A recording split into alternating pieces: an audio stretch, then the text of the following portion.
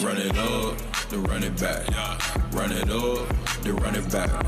Run it up, run it back. Run it up, then run it back. Hello and happiest of Wednesdays to all who celebrate. Welcome to Run It Back. My name is Michelle, Chandler P. Georges Niang there on the end. We're going to start saying it the right way. If you have a good name, you should say it correctly, right? Georges. So French. My French ancestors are. You speak French? Don't talk about your computers, guys. Okay, we have basketball. Oh, oui. Wow, really? That's happening? Pardon me? Okay, basketball. We had a game last night. Honestly, it wasn't the greatest game. It was a little bit disappointing. Not if you're an OKC fan, however. It was a blowout win for them. 1-zip series lead. SGA, 31 points, 10 to 27 from the field, 11 to 14, 9 assists. Boom. Jalen Williams, 19. Chet with 15. Julius Randle did have a great night. He had 28 points, 8 rebounds. Anthony Edwards, we will get to, finished with 18. But the Timberwolves only had the 88 points total. That is tied for their second fewest point total during these playoffs. So I don't, Georges, I don't know where to start on that. God bless you. Gee, what is that about? Is that rest? Is that not ready? What are we looking at? To be honest with you, I thought the Timberwolves came out, hot, and they were up 8-0. I thought this was going to be a high-scoring game. Jaden McDaniels was getting it going. But I think over the course of a game, OKC's defense just wears you out. And over the course of the game, the Timberwolves just started taking bad shots. They were moving the ball early on, getting three-point shots, but as you saw, OK's defense was just smothering, and they couldn't get anything done. Yeah, I think it was a hot start, like George said. I think, Julius Randle hitting 4 threes, I think it was in the first quarter. That was obviously a big boost for them early, but you knew this was a problem when the Thunder played really, really bad offensively in the first half, and they were only down 4. That's how you kind of knew that they were in a good position. And like G said, their defense is just so stifling. They get you out and they force you. They're just blind trapping you. They're blitzing pick and rolls and kind of just. Anthony Edwards said after the game, he said they're like an AAU team defense where they just out of nowhere just trap you and blitz you, and it's kind of true. As soon as you turn your back, they come from the weak side. They shoot gaps. They clog the paint. So. I mean, it's not a surprise because this team has been doing this all season long, but you can tell that it gave, the offense of the Timberwolves some fits. Caruso, Dort, Case and Wallace, they're so good at pressuring you, picking you up full court. They even said afterward, this is a whole different defense than the Denver Nuggets was. They're so much more aggressive, they're so physical, they have length, and it clearly kind of bothered Anthony Edwards in their offense. It seemed to bother everybody. But to start the game, I feel like Minnesota did a really good job of getting off the ball so and then passing. What happened? They stopped getting off the ball. Because they stopped or because they just OKC? No, I just think if you're not used to playing that way, Minnesota's style is a little bit of one-on-one, play, get in your bag. So I think when, you can't do that over a course of 1 quarter, 2 quarters, you're like, let me get back to what's comfortable. And when they did that, that's kind of in the second half where OKC was getting fast break points, turning them over, and it wasn't good for them. Yeah. And the desperation sets in because they took 51 3-pointers. And made how many? Minnesota Celtics. Sheesh. Yeah, that's the thing. I think as a person when we're watching it on TV and you see the desperation set in and you're like, this is getting uglier by the second. There's no stopping that. Why isn't there a timeout? Just stop doing this. I think, we talked about, when their defense is so stifling like it was, you have no reason other than to settle. And then when you go again, 15 for 51 from 3, it was 29%. That's not going to cut it. And when they aren't making shots, that can't alter their defense. And they gave up 32 points in the third and 38 points in the fourth quarter. You're not going to win many games against the Oklahoma City Thunder, especially when they're shooting 50% from the field and 52 from 3. So the Timberwolves kind of hang their hat on defense all year long. So when shots aren't going down, they still have to be able to be consistent and defend on the other side of the ball. And they didn't last night. They almost let their offense dictate their defense last night, which is not good, especially against a team like this that takes advantage of every single turnover. 25 points off turnovers during the playoffs. Yeah. They're averaging. Well, they needed to take advantage of Shea's slow start, and they didn't do that. Like you said, when you're only up 4 points when Shea was, 2 for 12 to start, it's not really a good sign. You're not really feeling too great going into halftime with that. Yeah, and again, in the beginning of the game, I feel like OKC's offense was so stagnant, but SGA just kept getting to the line, and you could see it was frustrating them. Jay McDaniels was literally visibly pissed off and fouled out. I mean, how it's a lot, and I don't love it, but again, you have to give him credit because he is guys like him and Jalen Brunson, Luka. They have mastered getting the whistle, and it's like it used to be James Harden back in the day, where they could literally switch the rules because of it.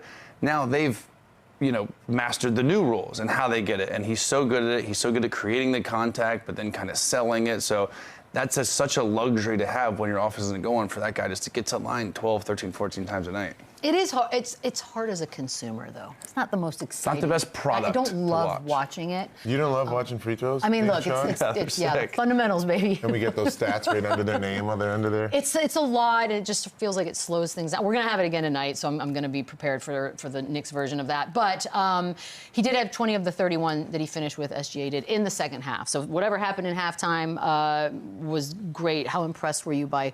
Throw the free throws out for a second, by everything else. Super impressed. And the dude, he's always just so cool, calm, and collected. He gets to his spots. He gets to his mid-range. Obviously, he gets to the free throw line.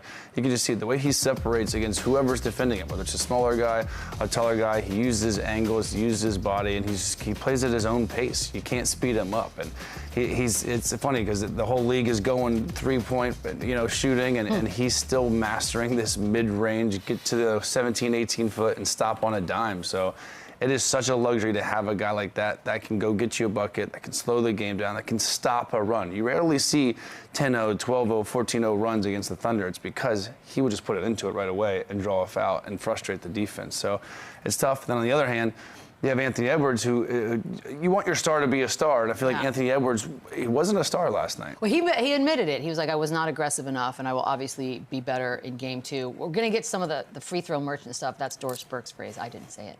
But Mike Malone did make his big broadcasting debut last night. I thought he did a pretty good job, especially in the post game. I think he went on SportsCenter, and that's where he said the following. Shea showed why he's the MVP, which is obviously going to cause some of us to go, oh, scandal. And he probably maybe didn't mean it that way, but then again, maybe he did, George. So I feel his pain, though. Like, when you guys bring up the Cavaliers, I'm like, Okay, so do you think he was? No, I think as a coach, you're going to have your guys back. And obviously, when he was employed by the Denver Nuggets, you're going to go out there on a limb and be like, hey, this guy deserves the MVP. Obviously, I agree. I think Jokic deserves the MVP. But at the end of the day, he went on and made a take that doesn't have to follow his employer because that's not his employer anymore. So I don't look. He did though, like in March, be like, "Hey, all you people not voting for Jokic, you're crazy." Yeah, that's what's weird like to March. me. And obviously, listen, is he a little salty? Is he a little frustrated still? Dude, if you like who likes you, when that's what I mean. Your check, so like 100%. But he's also not wrong. Like it's announced today, right? SGA is going. Wait, is to that win. a fact? Because I think it's this is taking way too long. And also, he's going to win whether you like it or not, Georges. He's going to win. And listen, again, it's a different argument. Best player versus MVP. Said yesterday, if the best player won MVP every single year, LeBron James would have 15, 16 MVPs. So that doesn't really matter. It matters the whole team, the team success, the individual statistics. So I do think it was a bit of a zinger, and I feel like he definitely knew what he was saying.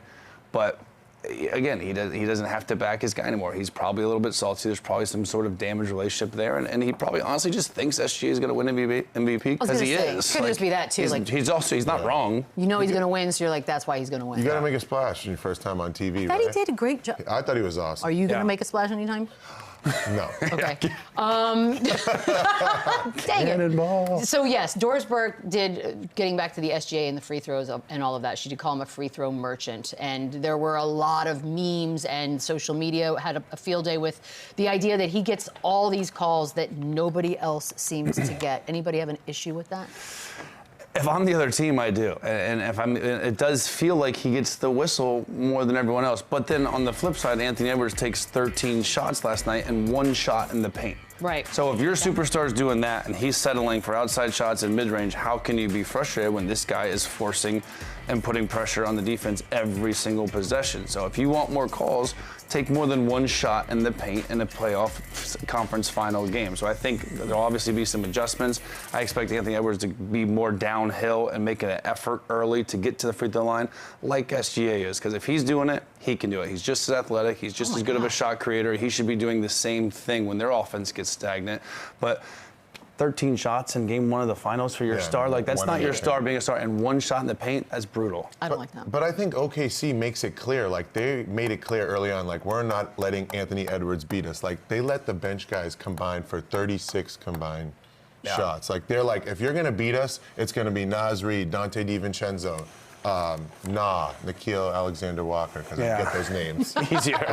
mixed up. But that's how they are. They're like, we're not letting you get to the paint, and we're making your other players beat us. So Anthony Edwards is really going to have a challenge this series, and he's going to have to put his head down and put pressure on the paint, because that's what Shea does, and he gets those foul calls. Like, there is no time where Shea is just going to dribble, settle. Like, he's always looking to get his head downhill. I want Ant to do that. Like, that's what we want to see him do. You can see in the presser, Anthony Edwards saying, look, it was hard last night. You got to give them credit. Their defense was great. Every time he got by his man, he saw 3 or 4 other bodies. They shoot the gap. They sit there. They clog the paint. So it clearly worked. So they're not going to change that. So unless Anthony Edwards goes nuts and makes a crazy clip from the outside, it's going to continue to be a struggle. I don't know if Julius Randle's going to have another 5 for 6 from 3 type of game. You know what I mean? He was fantastic. He kept them in it for the most part all game long till that third quarter where they went on that huge run. But this is tough. And when a team also, on the top of that, has 17 turnovers, and then they have 0 fast break points. So they're playing slow. They're allowing the Thunder to do what they do best by sitting in the paint, clogging it. And they're not even getting out in transition and getting 0 fast break points.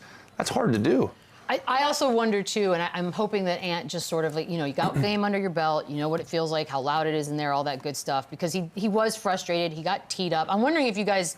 I don't know. Did you have an issue with the tee? Did anybody have an issue with the tech called? Did you see what actually happened? Yeah, he tossed the ball. Like, get out of here. Little tossy toss. I like that though. It's entertainment. Yeah. You know what I mean? Here we go. These are passionate moments, and these are high level competition. Like, he's like, whatever, dude, get up, man. Like, I know what's going on here.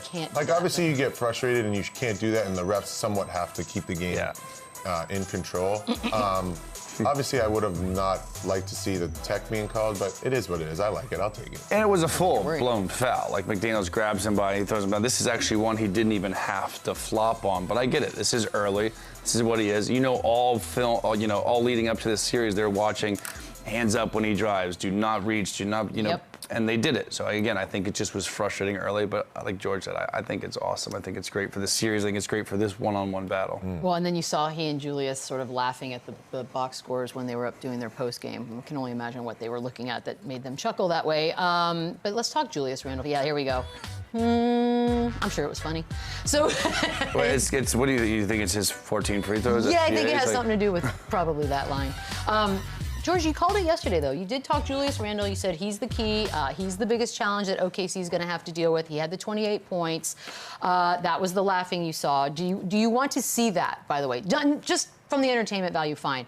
But do you feel good about seeing them laugh after this kind of a blowout game and one? Yeah, it's one game, right? And I think, as you know, being a player in a playoff series, you go in and you're trying to steal one on the road, right?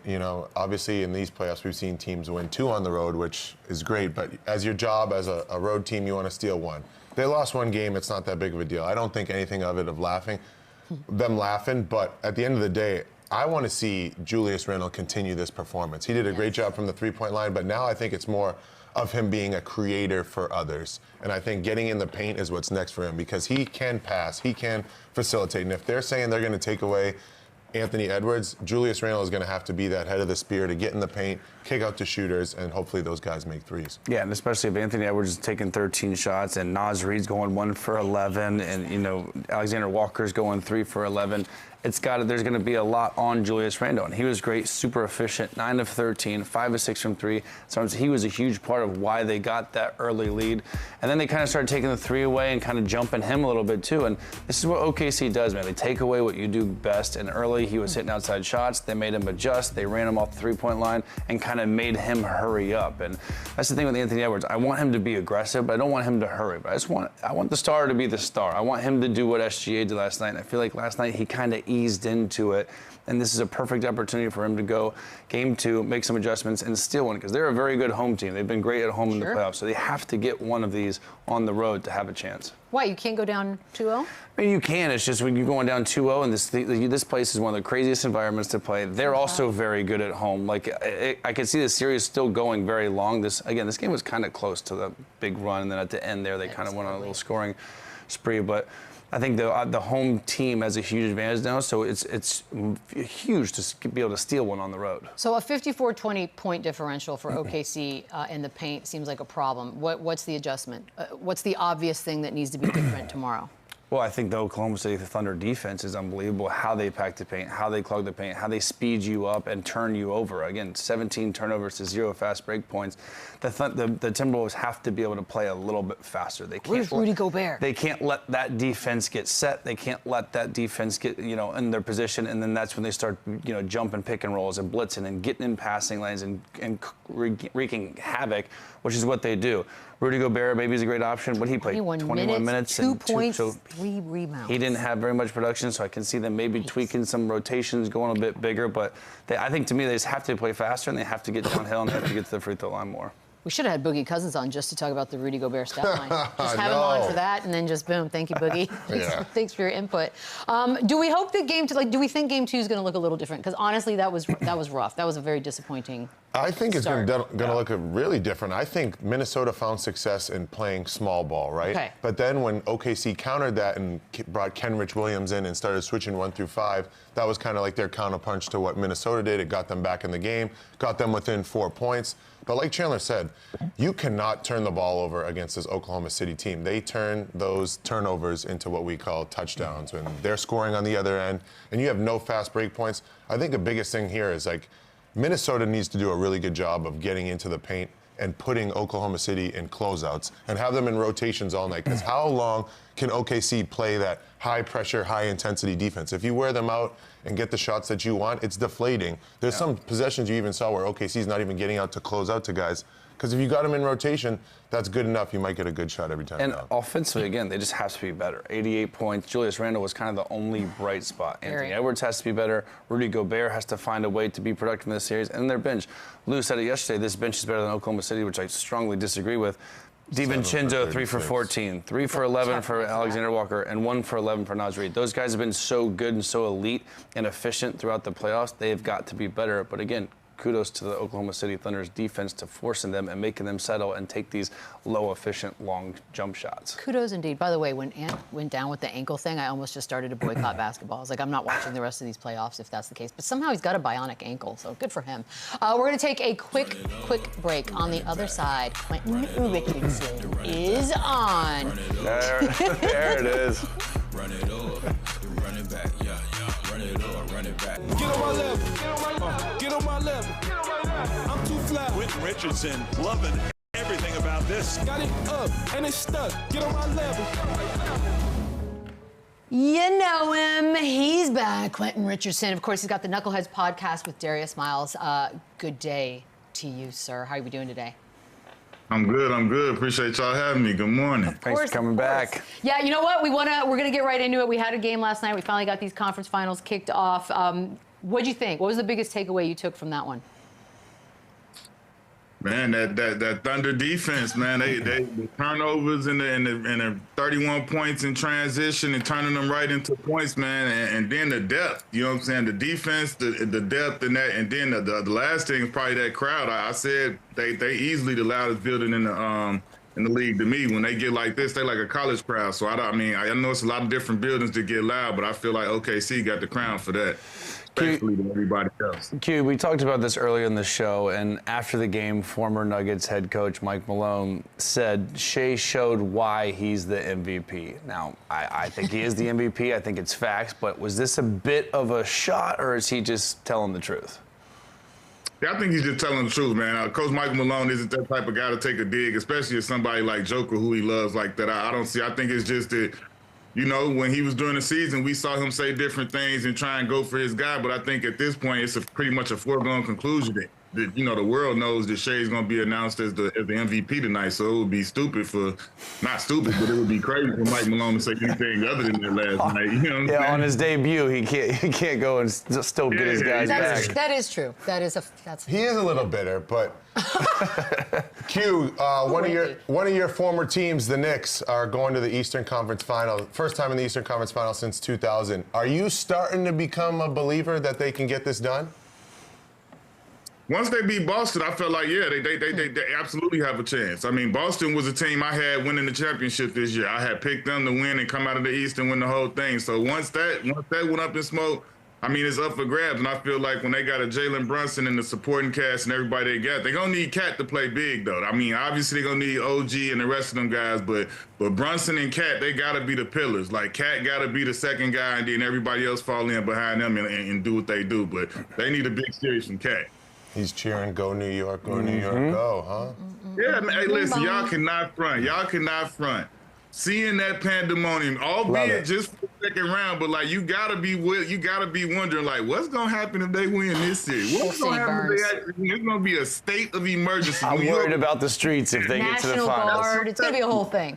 It's gonna be a problem. I mean, you gotta love it, man. When the Knicks winning in that atmosphere like that, you can't say it don't look fun. You can't be like, for me, playing there as long as I did and going through what them fans had to go through, I'm happy for them that they getting this chance. And that's why you're seeing this overwhelming abundance of a show of celebration, even though it's only the second round and it's getting to the finals, like to the conference finals. It's like these things are a big deal. Like I was there when the Giants won a Super Bowl, when the Yankees won, and as happy as everybody was, they was like, man, when the Knicks gonna win? Like if the Knicks win, you really gonna so like to see what I saw, witnessing that, and to know that if the Knicks win, it would be bigger. Now I'm getting a little sampling of it with what's going on these last few days. You know, I'm glad you brought that up. The lean years, we'll just call it that, when you were there. And now you're seeing the Garden and the city and everything that's going on around it. What does that look like? Like you have to remember when you were there, what it felt like, what it sounded like. I mean, it's got to look crazy to you now. No, it's amazing, man. I mean, like I say, my first 4 years there, like you say, was the lean years. Then I got signed back at the end in 2013 when Melo them were #1. And I got to see the Knicks tape and how like that was a shock for me to see, like, yo, this is bananas how it is now, where they winning, they're the #1 seed, and to see everything, how the city was in the Garden. And so to see this is like kind of tenfold for what that was in 2013. So like I say, man, I'm just excited for the fans, for the people that work in that organization that's had to, you know, be losing and be dealing with being like, because the Knicks, no matter what, when we were there, like you said, it was the lean years, Michelle, but like, nah. Didn't matter. We was front page, we was back page, we was everywhere, we was national news, and so it didn't matter. Like you bad there, you feel it in New York. So I'm happy for the organization, the people. Like I know some of the trainers that's been there, Ant, been there forever since we've been there, and for him to get to go on this ride and try and know that he got a real chance to win, man, that's a special feeling for guys that's been there for a long time and hadn't had this situation. The Jalen Brunson at all, I mean, he's such a likable player in the league, and what he's been able to do in that uniform has been incredible. And, of course, because we don't know what else to do with ourselves, we start the lists of the greatest of all times. And so the Knicks talk began pretty early. And so I'm wondering, look, if you don't want to say he's the greatest now, that makes total sense. But we could start making some milestones. If they get to the finals, can we have that conversation? If they win a championship, I have to imagine the conversation's over. Like, how are you looking at Jalen Brunson? Yeah, I feel like if he wins one, it's completely over. I think that's the only thing he has to do. Everything else stacks up. I mean, when you think about, like, when you talk about just his play on the court and the way that he's gone about being a New York Knick, it's been flawless. He hasn't had anything off the court anywhere. He's done nothing but showed up and been a professional. Then the actual product that he's put out there, he's done more than what anybody could have expected. I don't even know if he expected to do this well. And secondly, you had the dude take a discount. When you do that in New York and you the player, you the type of player he is, and you got other guys on your team who's making more money than you, and you are by far the best player, and you allowed this to happen so that you could create a team that could try and bring a championship, he's legendary. He's bigger than Linsanity and anything else they ever had. So if he wins a championship, it's curtains. That's the only thing he needs to do to put a bow on this thing, because he might get it without getting a championship with the rate he's going. Yeah, I feel like he can do no wrong, right? And I just do feel like even if they happen to lose this series to the Pacers, doesn't it feel like he's kind of already solidified himself as that guy, or as if Towns still kind of has stuff to prove? Like I feel like the Knicks fan base could still turn on Towns if this series goes rogue, right? Oh yeah, come on, man. This New York laughing. City. This New York City now. Like I would hate to see that happen, because I've seen it and I know how tough that could be in New York. But I mean, Cat just got a ball, man. That's all. I mean, he's got the talent, he's got the skill, he's got the team, he's got the opportunity. You know what I'm saying? He's not in a position where he don't get to play and shoot and do things. All you got to do is go out there and ball. I mean, it's not going. I mean, obviously, it's going to be a hard-fought series, but the level of talent that Cat Anthony Towns is, man, he got all of the skills in the toolbox to get it done. He's got to go out there and do it. So, Q, let me ask you this. The Knicks, they obviously send home the Celtics. Tatum goes down, which that series was over even with him. Pacers send home the Cavs. Right now, looking at the Cavs and the Celtics, who is in the best position to contend over the next few seasons out of those two? I mean, I would say next season, obviously, the Cavs got a better chance than the Boston Celtics because, you know, Tatum will be probably out most of next season, if not all. And, you know, they're gonna have to do some changes from the sounds of everything that's going on. But, I mean, Cleveland, they just got all their guys signed up. They intact. I mean, they should be ready to run it back and be ready to feel like they learned something this year. And knowing that, look, Boston, who didn't put us out anyway, they're not in our way, but, like, we just got to come back and shore up the things we got to shore up and do what we got to do. But I think they got all of the pieces, man. They probably could use something here or there, but they got all of the pieces. They just got to put it together the right way. And on the Boston front, I feel like Jay Kidd sparked this whole debate last year during the finals with who the best player is for Tatum or Brown. Now Tatum's out, so now Jaylen Brown clearly is the #1 guy. Can he be the #1 guy? And obviously there's some questions of who they're going to get rid of, whether it's White or Porzingis or Jrue Holiday. Regardless, can Brown be the #1 option on a championship team? Yeah, absolutely. I mean, you saw what he did last year in the finals. He won a Finals MVP. He won an Eastern Conference Finals MVP. So I think he answers whatever question, and that was with Jason Tatum playing with him. I mean, now next year I can't expect the Boston Celtics to be a title contender, so I don't think that's a fair thing. We don't know where their lineup and roster will be, but we know Tatum will be out, and that's a significant enough hold to say that I don't think they'll be a contender without him.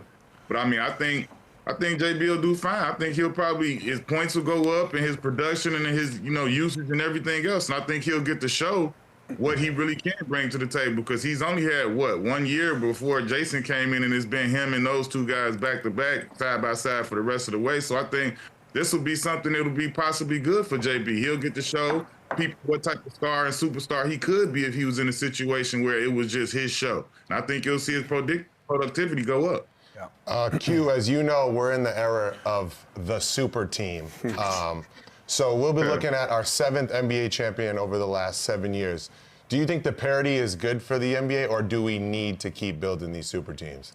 Nah, I love the way it is right now, man. I love the way it is with the parity. I love going into the playoffs. Like, when I started these playoffs, I had Boston to win it, but I wasn't like, I wouldn't have been shocked like when they lost. I'm not shocked that they lost. I felt like a lot of teams could beat a lot of teams, even though we tend to pick our favorites on who we believe in and who we think could get it done. But I felt like that, like coming down the stretch, the whole way coming into the play-in tournament and all of these things, it was like, bro, anybody could beat anybody, and you can't be sitting there with your jaw dropped. Like, it's not going to be a shock if somebody loses. So to me, that's what's the most exciting about it to me. I think that's what's bringing the viewership up. I mean, obviously, they letting them get a little more physical than they had been letting them get out of that too. I ain't tripping. Hold on to your whistle. Let them get to it. A little chippiness ain't never hurt nobody. But I think all of these different things, the trades, the movement, like a Luka Doncic trade, and then the looming trade of a KD or a Giannis, I think the league is in a dope place, man. We're going to have the eyes on us when we're not even playing, like, again, in the offseason. There's going to be a lot of eyes on the NBA focused on what's going on with the draft and the trades and the teams. And so it's all good for business, man. And for me as a fan, like I say, I love it. I love going into the playoffs, not saying, okay, they going to win easy as a former player, just knowing that they going to win. Like, now it's really like I didn't know. I felt Boston was going to win. Clearly they lost. You know what I'm saying? And so now it's like, any of these teams can win. Like, I feel like Minnesota still has a great chance, even though they got smacked last night. They're a formidable team. The Pacers and Knicks series could go either way. And so I'm excited to see how everything play out.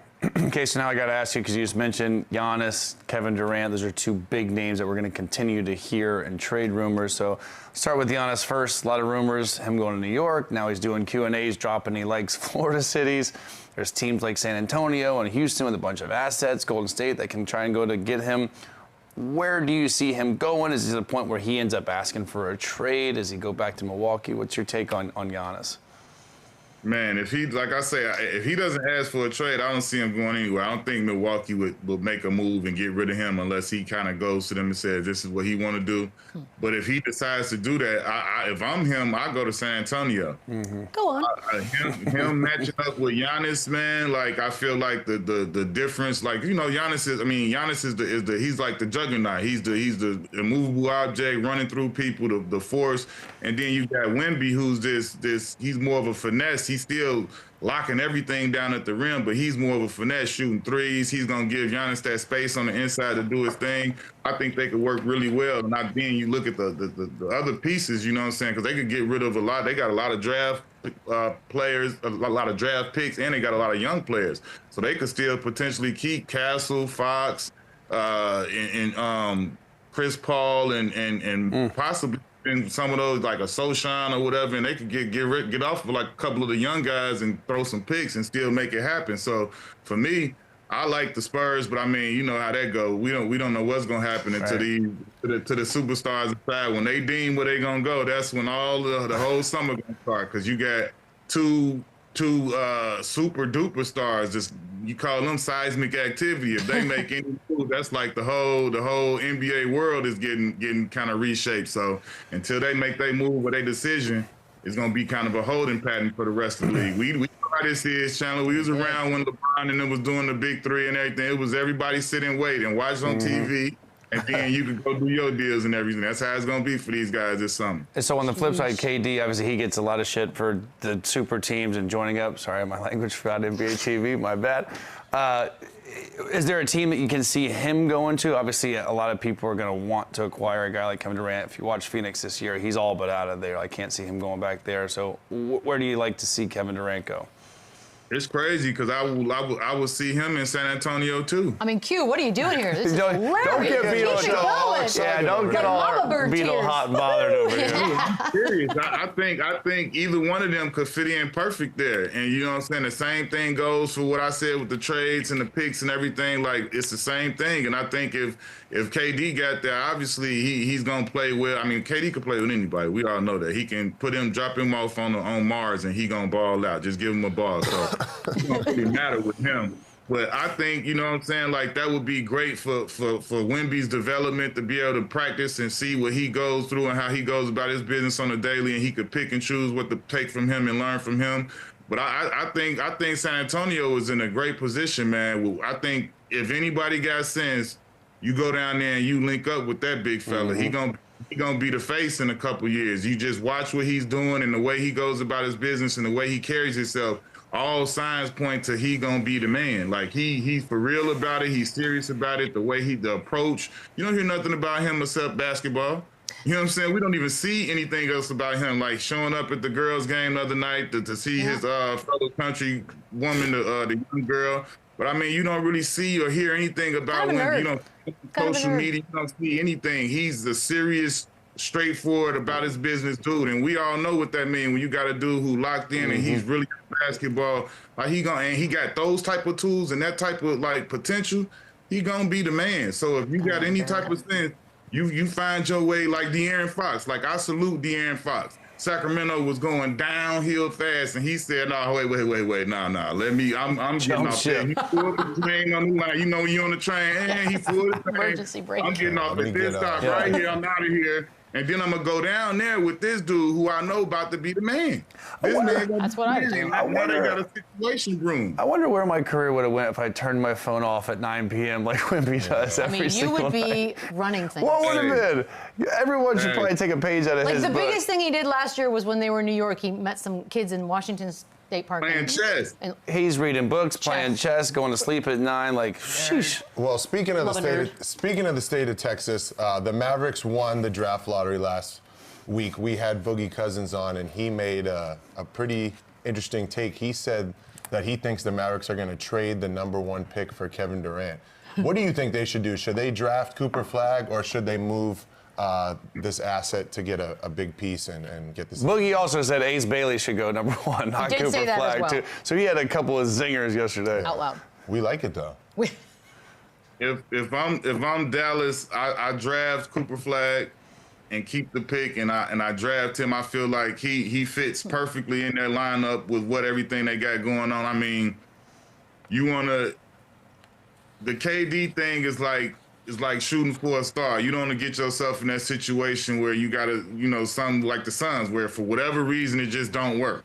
I think if you go with the younger pick, it's not going to cost you as much money. Everybody know about that with the money part of it. He's on a rookie deal. I mean, the rookie deal is bigger than they used to be, but like still, he's on a rookie deal.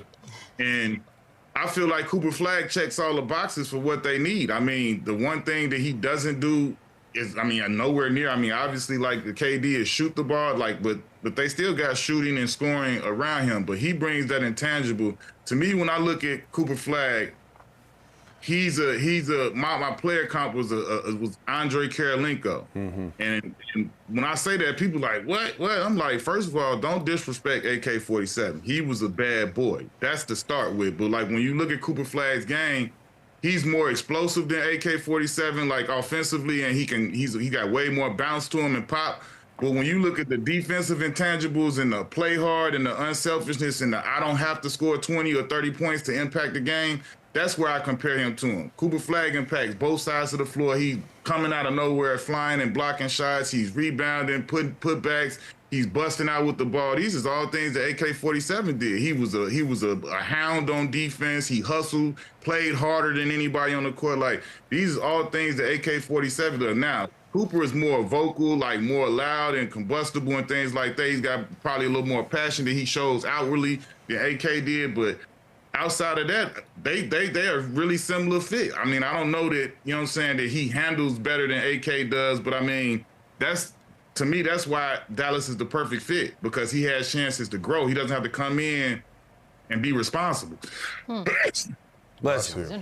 I also just feel like for Nico's job security, too, the worst thing he could do is trade this pick and then him turn into what people think he's going to be. Then he's really out. But if it's for Giannis, I don't know that you lose. But then Giannis is 30, then he gets hurt. He's not the same person. You just traded the next big thing. Like, that's a ballsy move. My boy Nico, too, man. Nico took a hard rap for all of this, and we know how this goes in sports. He ain't just do this on his own. This was no way just a one-man, his decision on his own. So went rogue. Just woke up one morning. Yeah, I hated to see, because when I came in the league, he was just joining Nike, and we kind of grew up in it together. And to watch him, and he one of the best dudes out there. He doesn't really talk much, so to see him get kind of like sprung into the forefront like that, and to hear he needs security for his families and stuff, and that's crazy. To know the dude he is and to know that he had to endure that, I hate it for him. But like, he'll be all right. I think he'll be all right. He got blessed right here, so he's straight. This is the best gift he could have got. It's very, very, that worked out. Fortuitous. I want to throw out some names, obviously all greats. Jamal Crawford, Stephon Marbury, Steve Francis, you. All in your primes. Who's winning one-on-one? I'd pay $100K to see this. $100K? Dang, George. What? Are you serious? About me paying or which part? Which part? No, I said I'd pay to see it. You just said me against all guards. Yeah. I'm not losing. I'm Big not, body. Ain't no and one mixtape out here. They all back to the basket layups on them. They all too little, and they all know it. Mouse in the house. And when they get me, I got a hard forearm foul for them, and they all know this. They all know this. No embarrassing me, no falling, none of that. And I'm stronger than them, so they can't. You know what I'm saying? That's not a fair matchup. You got to put me against some 2s and 3s. They ain't point guard. But question: will you wear the headband in this one-on-one? Got to. Have to. Oh, that's a must. But like, wait, this was all like back then. I ain't playing no one-on-ones right now. I only shoot standstill shots. I train my kids and shoot. That's it. I ain't trying to hurt my Achilles. I seen this story. How many headbands do you think you've owned in your life? Like, yeah, I'd take a guess. Headband? Yeah, like, what are we looking at? That's not even, I don't know. You see, that's the headband from the three-point trophy. I mean, it's got the good seat. That's the same one when I won it. I threw it up on there right after. They never came up. That's awesome. That's awesome. I just love that. We love this so much. Thank you for the time, Q. We will we'll talk soon. Thanks, Q. Appreciate it. Anytime. 100K? Money bags over here, just throwing it around. Run it back, run it up, run it back. Around the league we go. Look, this I'm not going to jinx it. It's going to be great. It's going to be great. 8 Eastern start. Pacers Knicks conference finals, 4th time. This is a rivalry, Chandler. And if you don't like Reggie Miller and Spike Lee, I suggest not watching because there's going to be a lot of that. Where would you rank it as far as rivalries all time? I think it used to be a rivalry. Oh, it hasn't been in a long time. And again, now I think with the Jalen Brunson, Tyrese Halliburton, it's rekindling. It's rekindling for sure. Two great point guards, two franchises that are on the rise, two insanely passionate fan bases. And this year, I love the WWE moment earlier with Brunson and Halliburton. The fact that they are now facing each other. And the Eastern Conference Finals is fun, but it's up there. Like the ones back in the day, Reggie Miller, I loved him going viral in New York yesterday with the video. Oh, he was going live, like seeing if people would notice him. They were all so nice to him. So it's a love-hate relationship, but listen, New York, the fans are ruthless. Their fans are passionate. So anytime you are playing anybody in the Eastern Conference Finals and you're the Knicks, it's going to create a rivalry. If we're having some recency bias, it's close to top 5. I would, compared to all the others, Bulls, Pistons, Warriors, Cavs, Mavs. I wouldn't even say Mavs Spurs is a rivalry, quite frankly. I mean, it's the we used state to of be a rivalry Texas. with the Lakers, but yeah. Oh, Phoenix. I mean, it's up there, I guess, but it needs more series like this. It needs more physical, final series like this for it to get there. It needs consistency, and it just hasn't had that in the last couple years. I think they see each other enough, though, that it feels pretty rivalry-ish. I don't know, because Wally Szczerbiak made comments about Tyrese Halliburton, the whole WWE thing. I'm buying the hype on this. Yeah, I'm buying the hype on this. New York is upset about what happened last year. They felt like they were injury-stricken. So also that's a thing. Chandler, do you want to go back and take your statement? No, and for whatever reason, people just don't love Tyrese Halliburton. Whether it's just the personality or it's the you're friends with him. What's the deal? He nipped it, and the overrated thing was ridiculous. That was just pure jealousy and hate. And I think it's personality. I think it's the Team USA thing. I think it's jealousy. I think it's a mix of everything. Pat Beverly says because he's got good hair and he's light-skinned. I don't think that's it. Damn. Chandler. His words, not mine. But the overrated thing was stupid. Right when that came out, there was a lot of different other guys I would have put way. Matter of fact, I think he's underrated. So I think he completely changed that narrative.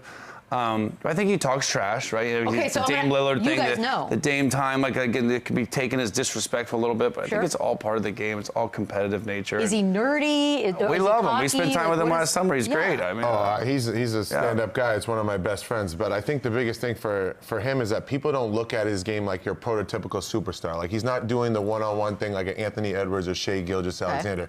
He's commanding the game throughout the whole game, and at the end of the game, he's kind of adding that clutch factor. And I think a lot of people, don't really like that. And then when he does make a big shot, he's not afraid to tell you about it. And I think that rubs people the wrong way, but I love it, man. You stir the pot a little bit, get things going. These are competitive juices. It's a game, and I think overrated was way overshot. And that is the problem. Like George just said, like Hoopers think Kyrie Irving, Damian Lillard, Anthony Edwards, these guys are bucket getters, creators, one-on-one players. Tyrese Halliburton is a pure pass-first, high IQ, brilliant point guard. And that's okay. That's not his game. He's capable of going off for 34 points game winners, a game, clutch game winner. But his passing ability, his getting everyone else involved around him, that's what makes him great. Not to go and get 50, 60-point games. It's not necessarily his game. It doesn't make him overrated. It doesn't make him less of a player. He's just but the players a true point guard. They should know more than anyone what it is. Sometimes you're a hater. Like me and Chandler sat around the pool last year at a wedding, and this guy told us, I'm going back to the Eastern Conference Finals next year. And we were like, no chance. And there was a Cleveland Cav there at the time, and he was on the Cavs till they shipped him off for Chandler. Wait, what happened? But he was saying, Tyrese Halliburton was like, we are better than you guys. And they got into it about who's going to finish higher, the Cavs or the Pacers. And I wasn't there, so it doesn't count. Yeah, it all went downhill once G-Wagon got moved. But this dude, he believed it. They started off to a slow start. And again, they continue to play a crazy offense with Carlisle. It's just a great fit. And he's the head of the snake, and he's the main reason why. As good as Siakam is, as good as their role players, their bench are, it starts and ends with Tyrese Halliburton. What else happens at this pool? It was a lot. There was a lot going on. There was cannonballs. Breakups. Marco Polo. Wow, that was like a really weird inside joke. It was facts. Okay, no, I know. We can't share it. Tyrese Halliburton, Jalen Brunson. Who has more to prove? George? To prove? You know what? I don't really know if anybody has anything really to prove. But we all have things to prove. I think whoever wins this series, as much as we talked about it, yesterday with Boogie, they're kind of going to start the next year like in the point guard rankings. That person would be ahead of the other. That's kind of how I feel. I mean, if Tyrese Halliburton, he's not even 26. This is his second Eastern Conference Finals. Hadn't made the playoffs before this, and then gets there and goes to the finals. Like, how is he not in these discussions? Yes, his game doesn't look the sexiest, but at the end of the day, he's productive. He's winning. He's clutch. What he did Game 5 against Milwaukee, what he did against Game 2 against Cleveland, and then he leads his team to the finals. Like, I would say those put an end to those discussions. Yeah, the more I think about it, Tyrese Halliburton has way more to prove because Jalen Brunson, like we just talked about with Q, he's already stamped his stardom just because the level of popularity and celebrity status being a New York Knick, right? And handling those pressures of all the expectations of being a Knick. But there's a higher standard, there's more notoriety when you're a Knick rather than a Pacer, the right? light's much hotter. Even if the Pacers win this series, I don't think Tyrese Halliburton on the player rankings next year is ranked above Jalen Brunson. I think Jalen Brunson is a superstar. Stephen A. Smith the other day says there's difference. Jalen Brunson is a superstar. Tyrese Halliburton is a star, and I kind of agree. I don't think Tyrese Halliburton is quite yet to that superstar level, and that's because of his game. It's because of his stats aren't gaudy. He's not going to those 50, 60-point games like Jalen Brunson does. So I do think Halliburton on that aspect has more to prove. I think the Knicks are a better team, and so I think if the Pacers can win this series, that means a lot. So what does he need to do if he's not scoring 50? Does he need to have 25 assists? Is that equivalent? Yeah, I think triple doubles. I think having 25 and 15 type games where he's doing a little bit of everything because he, again, with the way Siakam scores, the way their bench is scoring, he's not really going to be that guy that's going to have these 40, 50-point games. But he's commanding the game in other ways. I agree, I just and I love disagree him. with you. And I want him, and I would want him on my team. I'd want him to be my point guard. Think about it. You can't have him now. Take Wait, Jalen if you're Brunson. picking one, you got to pick one. The problem, I don't know who to start a team. I want Jalen Brunson to start a team, but depending on what my team is, and I want a pure point guard. And the problem is all these point guards now score at elite level. Name a point guard right now. They all score. They all average 25. Like he doesn't. He is a pure pass first point guard, and there's nothing wrong with that. See, George, you guys can agree, kind of. No, I don't agree. Tyrese, I don't agree. I would take you every day of the week, my brother. That's a good friend. #1 pick. Well, weird. Oh, we're going to take a quick break. More what was weird about that? You're just, it's very loyal. I can't wait to get out of here. Wow. There it is. Run it back, run it up, run it back. We got a little time here for a little you buying that. Kendrick Perkins said that Jalen Brunson is the best player remaining in the postseason. You buying that? No, I think the guy that's probably going to win MVP tonight, SGA, who had a crazy historical year, the #1 player on the #1 team, on the #1 seed, on the best defensive team in the NBA. I think that is Shai Gilgeous-Alexander. Gilgeous. Close. You were so close. good. You were really close. No, Jalen Brunson's amazing. He's great. What he's done in New York, again, 3 years. We're talking about greatest Knick of all time. He is fantastic, but I'm probably going to go with the guy that's going to win MVP. Can I get a 2? Yeah. Can I get a 2? Can I get a 2 spot? Yeah, I think I can get a 2. Okay. It's either him or him. 1A, 1B. Oh. I think it's 1 and 2. Really? Yeah. Oh, my bad, coach. Yeah, I'm not. Is Jalen Brunson first team All-NBA? No, he's not. He's second. Okay. You answered your own questions. So then you... No, I'm not buying it. I'm not buying it, SGA, but who wants to sit Who here else and is in the disagree? conversation? We have a lot of good players. Anthony Edwards. Okay, all right. Tyrese Halliburton. Yeah, you're not even doing that. No, I already went through that segment. Yeah. Tyrese better than Pascal on his own team? I'm not going to be divisive. We need them to be together tonight. Wow. You don't want to create news? Go Pacers. Okay, there it is. Oh, yeah, who wins tonight? Chandler? What is the spread, 4.5? Who cares? Who wins the game? I'm going to go with the home team. I think that place for the Garden is going to be electric tonight. It is going to be insane. It is going to give me the Knicks money line, though. I think it's close. How about this? Reverse psychology. Knicks win, and they win big, baby. He doesn't even mean that. Yeah, of course I don't. Pacers, let's see what we got. Come on. Enjoy the game. Allie. Just make it good. We'll see y'all tomorrow. Run it back, run it up, then run it back, yeah.